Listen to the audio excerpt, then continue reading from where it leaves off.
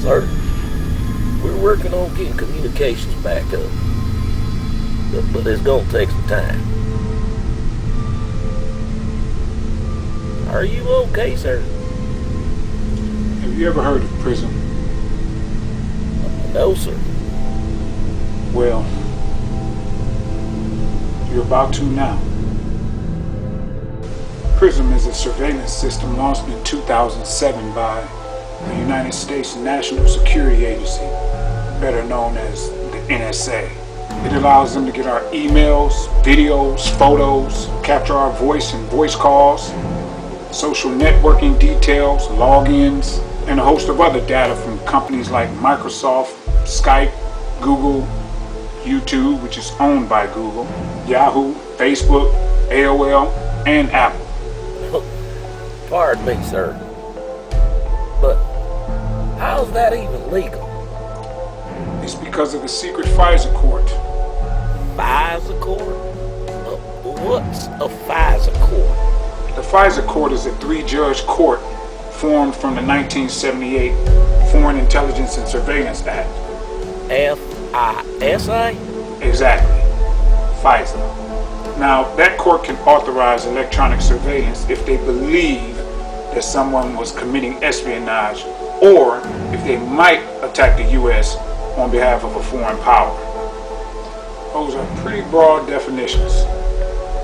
Unfortunately, it gets much worse. After the 9/11 attack on the U.S., President Bush's administration pretty much gave the NSA carte blanche just to say screw the FISA court and warrantlessly wiretap pretty much anybody under the guise of national security and protecting us. Wow. Just circumventing our rights. Then guess what they did? They got the Republican-controlled Congress to give the companies they use to help them do the unconstitutional warrantless wiretapping immunity from prosecution. But you'll go to jail for 6 months for a dime bag of marijuana. That's terrible what they did, sir. Oh, you thought they were done? In 2008, they decided to relax the rules, which is coded language for pretty much giving them anything that they want, allowing officials to get court orders without them even having to tell you who they're targeting, or giving you details on which communications on which they were even going to spy. Seriously? Yeah, I'm dead serious. Wow. But they hadn't even put the cherry on top of the unconstitutional cake they baked. They topped it off with making it to where they didn't even have to confirm that both the sender and the receiver of the messages weren't even in the United States.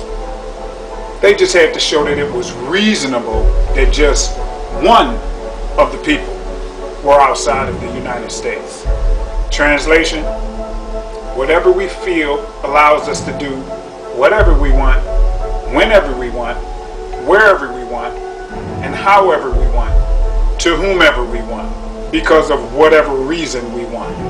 All of those gestures to so-called reform the system by President Obama were pretty much just that, gestures.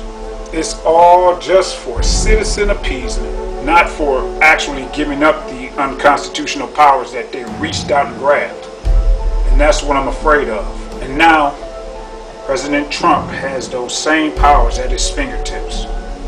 Frightening thought, sir. Welcome to the new surveillance state.